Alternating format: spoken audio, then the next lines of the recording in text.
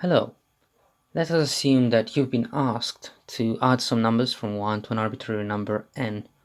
There obviously is a formula one can use, but why remember something that can be easily derived on the spot? Chances are, the more times you do it, the more likely you are to remember it anyway. So this is how. And let us write the numbers 1 up to n. So 1 plus 2 plus 3 plus 4 all the way up to n. Now this sum, I will call it S. So if I find what S is, then I have my solution. I can write the same thing, so I can write S in reverse, right? It shouldn't change the sum. So I have n minus 1, so I'm going down now, n minus 2 plus n minus 3 plus all the way down to 1. So it's this still the same sum, right? It's just written in reverse.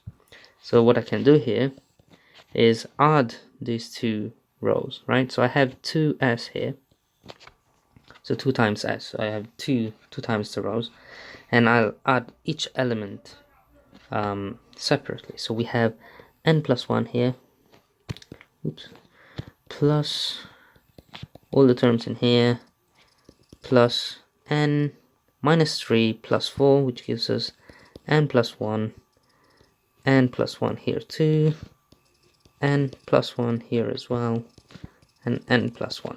We can see here, if we continued writing 5 and n minus 4, we would still get n plus 1 all the way through.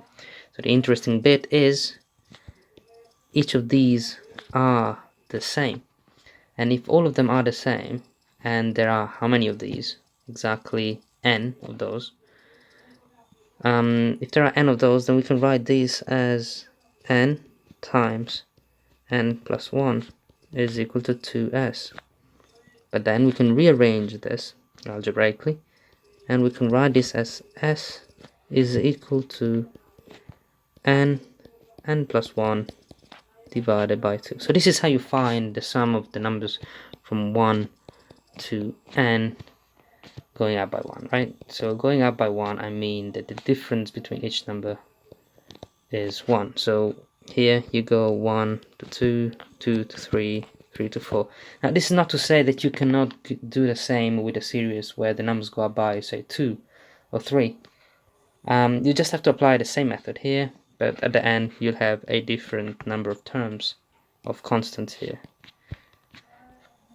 So nothing stops us from starting at any arbitrary point. So let us start from a point k instead of 1. So k could be any number which is lower than n. We can write this as now k plus 1, k plus 2, all the way to n, and it's still our sum from the beginning. We can do the same exact thing as before. We end up at k, but we start at n goes down, and goes down again, all the way down to k. Now we do the same thing again.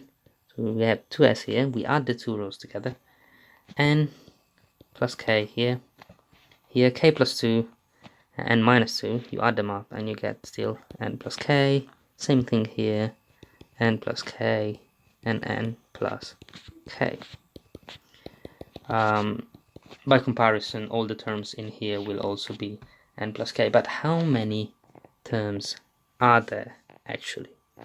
So we have n terms, right? If we started from 1, we would have n terms, but we started from k, so we have to remove k, right? So we have n minus k, but we have to add 1 because we start from k. K is not the number.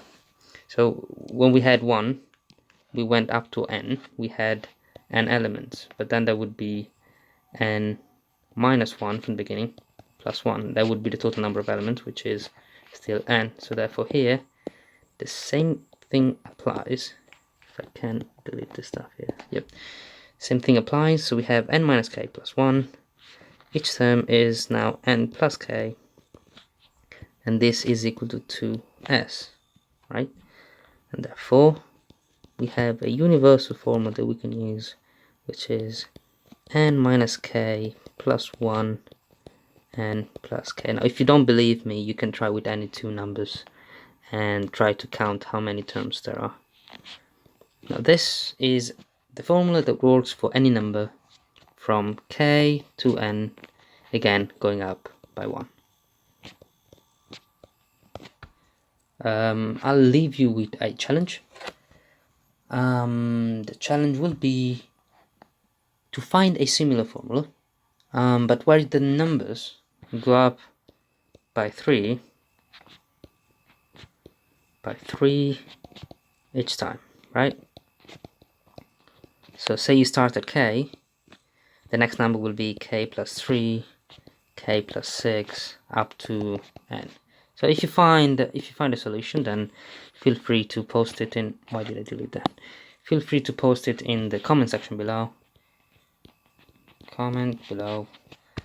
And yeah, now if you found this video useful, consider leaving a like. And if for some reason you found this mind-blowing, tapping on the subscribe button will make you feel much better. Thank you for watching.